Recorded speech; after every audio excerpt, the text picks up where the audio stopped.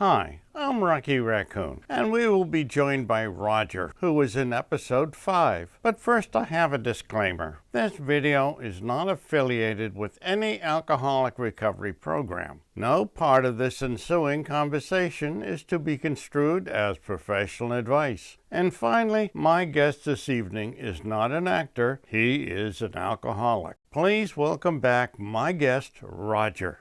Hey Rocky, how's it going? Roger, in the previous episode, you talked about how alcohol had a profound effect on your life and not for the better. Could you share with our viewers a few more examples? Sure, Rocky. Let me tell you, the first time I got sober when I was 14 years old was the beginning of my sophomore year of high school. My freshman year, I was a D student and almost failing. In the beginning of my sophomore year, I got into a jackpot and decided that I couldn't drink. And I became an honor student, a straight A, honor roll student, and stayed that way for the next 3 years of high school. So had I not stopped drinking at age 14 in 1967, I probably wouldn't have gone to college and had the life that I had. Now, unfortunately, I didn't stay sober, and that had a lot of other negative effects on my life. But I'm very grateful that back in 1991, I did commit finally to sobriety, and for the last 29 plus years, I haven't had a drink or a drug. I understand that the AA recovery program is not a religious program. The founders, as I have read, focus on AA being a spiritual program involving a higher power. Has this been the case in your recovery? Absolutely, Rocky. I'll tell you why. When I first came to AA, I would self-describe myself either as atheist or agnostic, depending upon how defiant I felt. What had happened to me is that I had scientific training, and a lot of the things I'd been taught in my catechism, I found was not true. So I threw the baby out with the bathwater. So many of the things that I had heard about virgin births and living 3 days in the belly of a whale just didn't seem scientifically true to me. So I threw all the conceptions of a higher power out. It took me a while to get through steps 2 and 3 of the AA program, but I did eventually get through them. And now I have a higher power I choose to call God. My higher power is the God of love, the God of truth, the God of nature. And I see the connectedness in all things. And that is part of the spiritual connection I have with other human beings, with other alcoholics, and with the universe. And that higher power has helped me stay sober a day at a time for over 29 years now.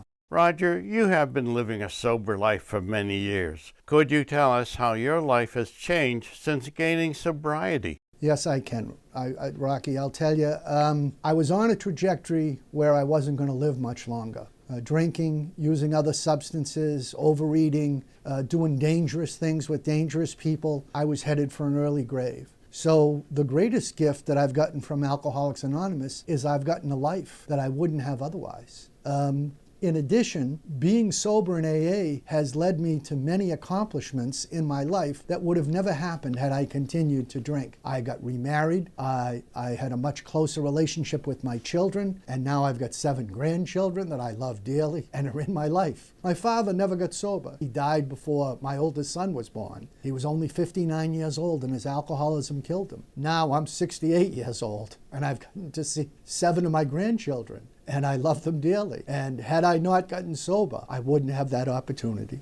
Thank you, Roger, for being with us. Do you have any closing remarks you would like to share with our viewers? Yes, I would, Rocky. I'll tell you, I am extremely grateful to the Fellowship of Alcoholics Anonymous for the support they give and for the program of action. The only promise of the 12 steps is that you will have a vital spiritual experience as the result, not a result, but the result of working the 12 steps. That's my experience. I had a vital spiritual experience, which is the daily reprieve from the chronic progressive disease of alcoholism. I am amazed that as a scientific person, that it's a spiritual solution to a very human problem. And that spiritual solution can be found in the program of Alcoholics Anonymous. We're not the exclusive way that people stop drinking, but for people that are willing to look at a spiritual solution to the very real human problem of alcoholism is just wonderful. Thank you very much, Rocky. I really appreciate you talking to me today. Thank you, Roger, for sharing your experiences in obtaining a sober life.